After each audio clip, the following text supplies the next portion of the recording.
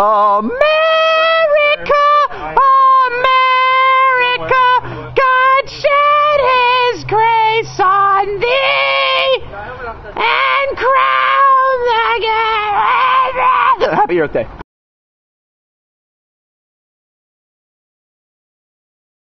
I hate this color. Alright, I'm going to be talking about soil profiles, otherwise known as soil horizons. So here's a diagram of the soil horizons. We have the O horizon at the top, which consists of humus and a lot of organic material. Oh, yeah. Hummus. It makes the soil really rich. Next is the A horizon. This is the topsoil layer. It has a lot of minerals. It still has a lot of organic stuff. Underneath it is the E horizon. This is... I'm so tired of that guy. It has less organic material, more minerals. And the A horizon and E horizon together is called the alluvial zone.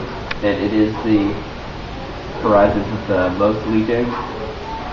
So a lot of the nutrients are going to leach out of it. Next is the B horizon, and this is the zone of max accumulation, or the alluvial zone. Most of the nutrients are going to accumulate here. Beneath this is the C horizon.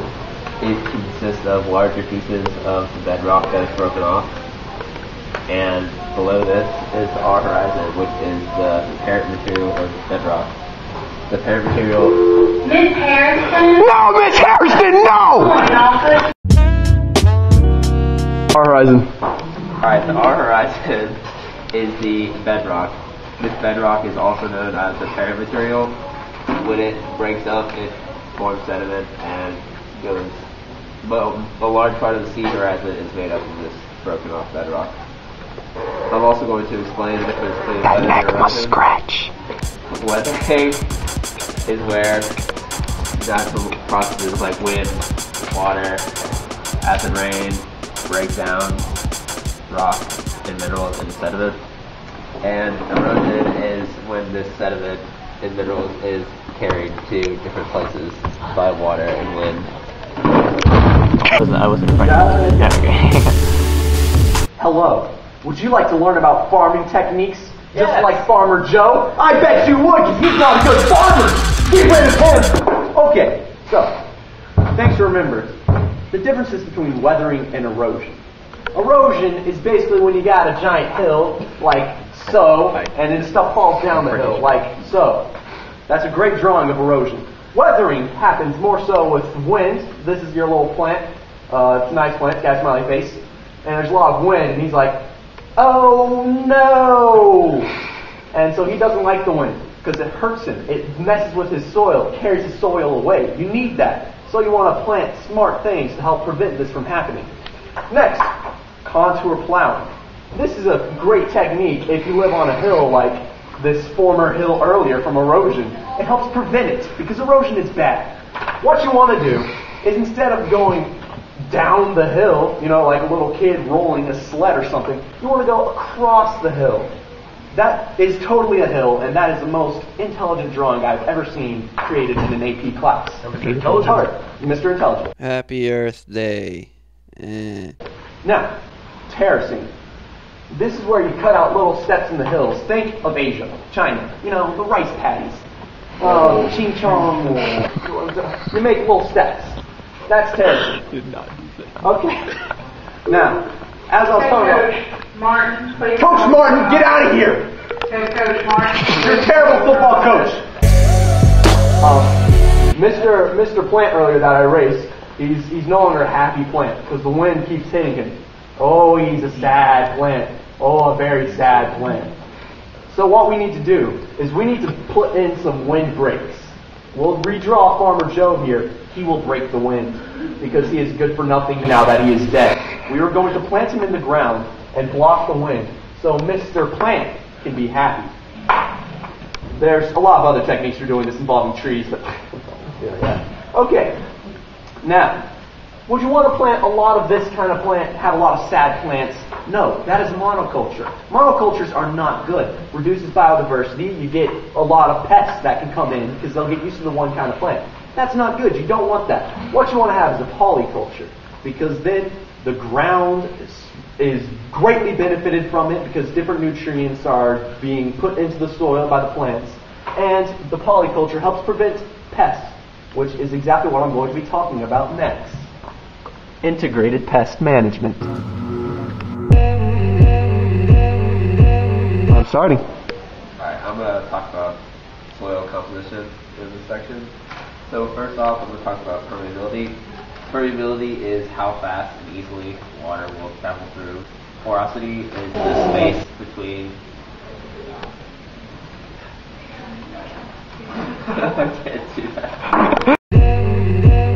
Porosity is the space between each piece of sediment or soil. There are several things that make up soil. These are sand, silt, and clay, and different compositions of these will make different soils.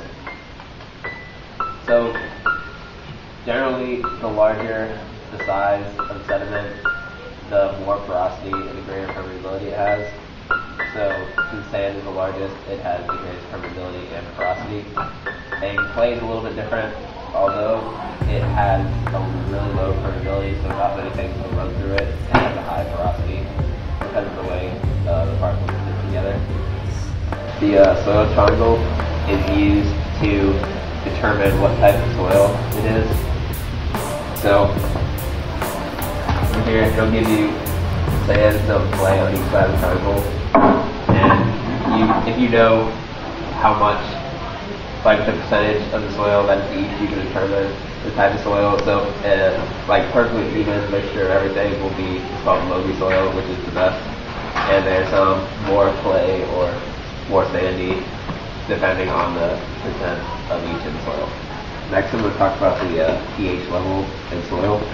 So acidic soil can actually dissolve metals that are in the soil and release these into the ground, and they can have, depending on the metal, have negative effects on the organisms that live there. Get an old fire crowds. Alright, so class, I'm here to talk to you today about GMOs, genetically modified organisms. So, a GMO is a crop that we put some DNA in that's not from it originally, that gives it a better trait, like resistance to pesticides and chemicals. So these things, first thing you should know about GMOs, which is also the scariest, is the BT gene. The BT gene is a death. Death! Just going crossroads right there. It's beautiful. So the BT gene, when it's released, it goes into GMOs and just kills them. Like, goodbye, Mr. GMO Tomato Man. There's no more. It kills their babies. They can't reproduce. Yes. That's how you kill it, you know. So, next thing with GMOs, so let's have a little baby GMO right here. So this is GM Homer. GM Homer.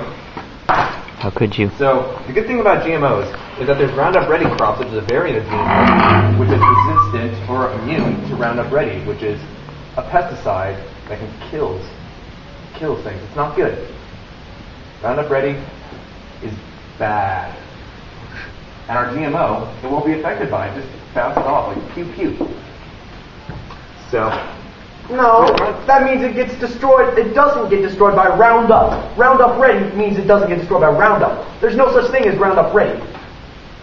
I'm sorry, Cole. I'm not as intelligent as you. So, Roundup won't kill him, as I've been graciously corrected by the safety. So, next thing is vitamin A deficiency. So there were some people who had vitamin A deficiency because they didn't have enough crops with vitamin A in it, such as carrots. Like, this carrot is beautiful, but they can't eat it because they don't have any. Doesn't look like a carrot. So, we brilliantly decided to go and put vitamin A in rice. So, vitamin A is now required for people who can't normally get vitamin A from crops. So now we die. Alright, transgene escape is... I'm going to move over some. Robert! So Shan's gene escape is the fear that a GMO gene, which it is not native to the plant, so like these genes that are not healthy, will be able to escape into the wild and wreak havoc on the native plants and stuff. So there's like that's the main controversy around GMOs, because nature will find a way.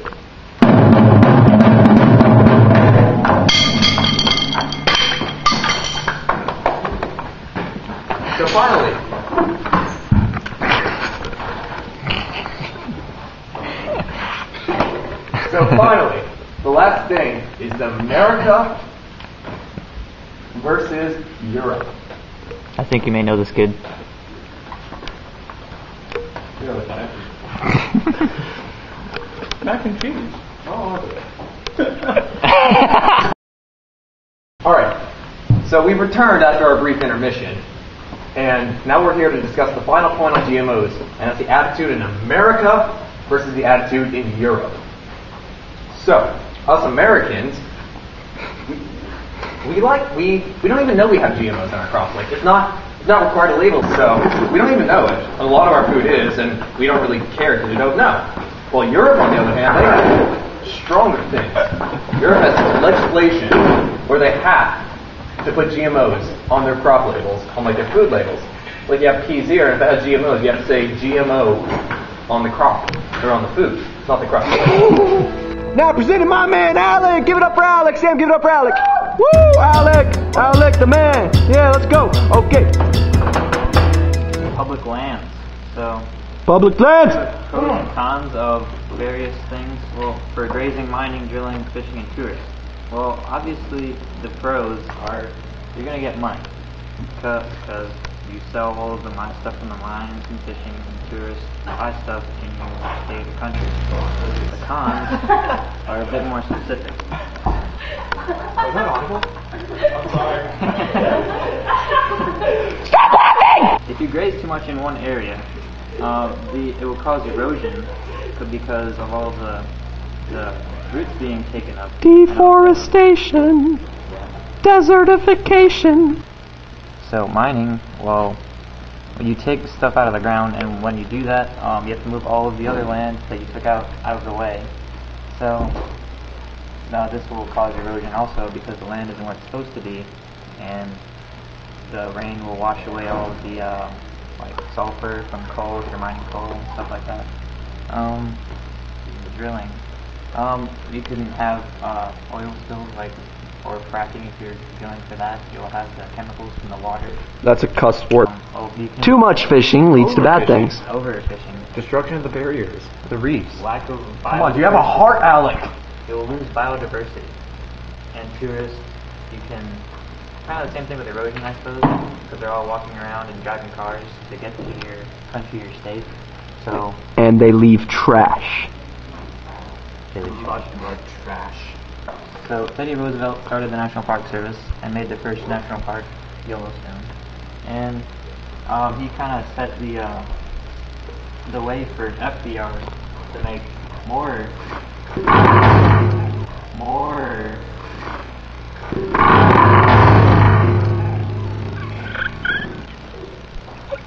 He made set the path for FDR to make more national parks and introduce the Civilian Conservation Corps to help people in the Depression get jobs so they could pick themselves up instead of having to worry about the government trying to give them money. Keep going! Alright, so, today I'm going to talk to you about the economics of farming and the monies that are involved with farms. Jordan, this is for class! Sorry. Alright, so, you have two farmers right here, and they're both sad, obviously, because they're farmers. Farmers tend to live shallow lives. So this first farmer, he eats his own food for sustenance, because he has no other food to get in. So he doesn't make much money from his food, because he has to eat it all, or else he'll die. Oh, yeah, poor guy. And then this guy, Dad? he lives in America, and thus he has an afro, and he's a cash crop maker. So he makes crops such as corn to make into like corn syrup and that stuff that goes in all your food, that goes in everything. Let's get started on that. And He also makes stuff like tobacco. So tobacco is cigarette. Ooh. Yeah, so he makes a lot of money from his crops because he gets to eat. This guy's dead too because everything dies. Oh. Life is a pointless march towards the empty canyon of nothingness. What is the meaning of life?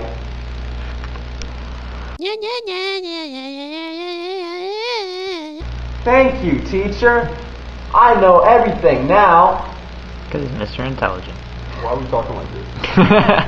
Alright, so next is slash and burn. So, say you have your forest right here. It's a very, very nice forest, if I do say so. 420 blazing! Woohoo! Don't mind him, he's immature. And intelligent. So you have your forest right here. So with slash and burn, you come in with a bulldozer, and you just go and you wreck this. Excuse me? Yeah? I don't look like a bulldozer. You don't look like a human. So this forest is gone, and you go and you burn what's left of it, and that makes very rich soil, and this marker sucks. Topsoil makes rich topsoil, and you can grow crops there for a while at least.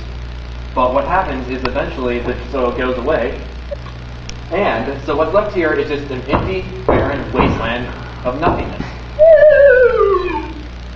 And that wasteland leads to bad things such as desertification, which is the expanding of the desert. So that's why slash and burn is bad. Don't slash and burn. If you're going to slash someone, deal with a knife.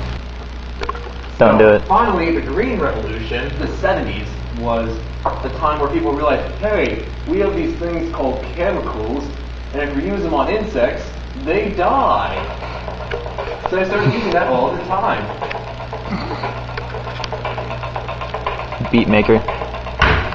So, with all the dead insects, we made a lot of crops, and we made a lot of money. And so we killed all the crops. We killed all the pests, but we also caused a lot of problems with pollution because stuff would run off into streams. Like DDT, right? Yeah, like DDT. Fascinating. Causes bad things to happen, like eutrophication of lakes and stuff, and that kills stuff, and eventually just ends biodiversity as we know it. Bioaccumulation! What he said. So, after the 70s, we have the Green Revolution today, which is mainly focused around GMOs and integrated pest management. Beat life. For just $5 a day, you can feed me. Hello, everybody. I'm going to talk to you about fisheries. The different types of fisheries, as seen by the sheet, are trawling. It's where you drag a giant net across the ocean floor. They're getting destroyed by this net that's just growing over their home. Don't do trawling, it's bad. Okay, long line fishing. It's where you send out a boat that's got a long cable that has little fish hooks on it. Like, oh look, a buffet line. Let me hop in. And they eat it. Because as soon as the fish are successfully fished, they can die. And sometimes you kill fish if you don't want it to kill. Like the rare gingerfish. Drift netting. You kind of keep a giant net out in the ocean, and you aren't pulling it or anything. It's just left there to catch fish as they go by. And it's kind of not very good at all because migratory fish get caught in these a lot, and they get destroyed. Anyways, purse seine fishing. This is where you do more similar to trawling, because you have a giant net falling behind the boat, and you use it to scoop up large schools of fish. And you kind of just put it in there, plop it down, and still there's a chance of fish getting caught that you don't want to catch, but there's less of a chance than with other methods. As we move on, we begin to understand the difference between commercial fishing and fish farms. Commercial fishing is kind of the type that I just explained, where you just go out to the ocean and you start catching mass amounts of fish. Fish farms is where you plant a bunch of fish in the ground and they grow, and you harvest them from that. Moving on, maximum sustainable yield. This is that. So, basically, if you fish too much, then the fish do not get fished anymore because their levels will drop to the floor. They're no longer fishy. They are no longer fish. So you gotta fish to a perfect amount that they will not, they can still reproduce and keep going. This is called the maximum sustainable yield, which is that line right there. Now, The current state of fisheries, we got a lot of fish that were being overfished and their population levels are declining. And basically, if we want to keep feeding the normal levels of fish that we already have to the people, then we're going to have major problems. We're going to run out of fish, which would not be good. That decreases biodiversity, which is apparently something good. This kind of ties into the tragedy of the commons. Now, the tragedy of the commons is when there's free, quote-unquote, common ground. You start having to get more and more, but the positive feedback system results in there being less and less the more you want. But to keep up with that, you have to keep getting more, and it's just a tragedy. Because people overuse stuff, and then it's not there for other people, so everybody earns less. Everybody earns less. So this is a lot longer than 10 minutes, and I'm really sorry, but oh well.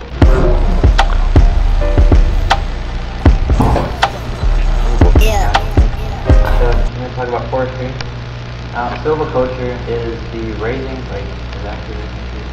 the raising of trees for profit. So it's like the Christmas tree places that you go to buy your Christmas trees in nature. So doing a lot of stuff in here. So we also have selective versus clear cutting. Now as you can see, in this first picture you have a few trees, and then in the second picture they only take a few, and they left some of them to keep the biodiversity up, so basically those trees cut down. Would you say that they cut down dead or dying trees? I would say that. And then they also have clear cutting. Now that's bad because all you have is these stumps, right? So, and then that just decreases biodiversity a lot and it destroys the ecosystem. And it's like the rainforest. That's what they do. Like they take out a whole mile of rainforest. There's also prescribed burning. Now these are good because they can get rid of some of the stuff that's on the ground, like leaves and everything. They get put in the humus or humus, however you pronounce it. And that'll help the other trees that are still alive grow. And it doesn't necessarily kill the trees. It's just burn a little bit, whatever. And it's bad if it's wildfire because it's not controlled. And that's how forests are destroyed, like in California. That's the best thing. But prescribed burning, like near farms and stuff like that, it helps to continue the cycle of on the beat.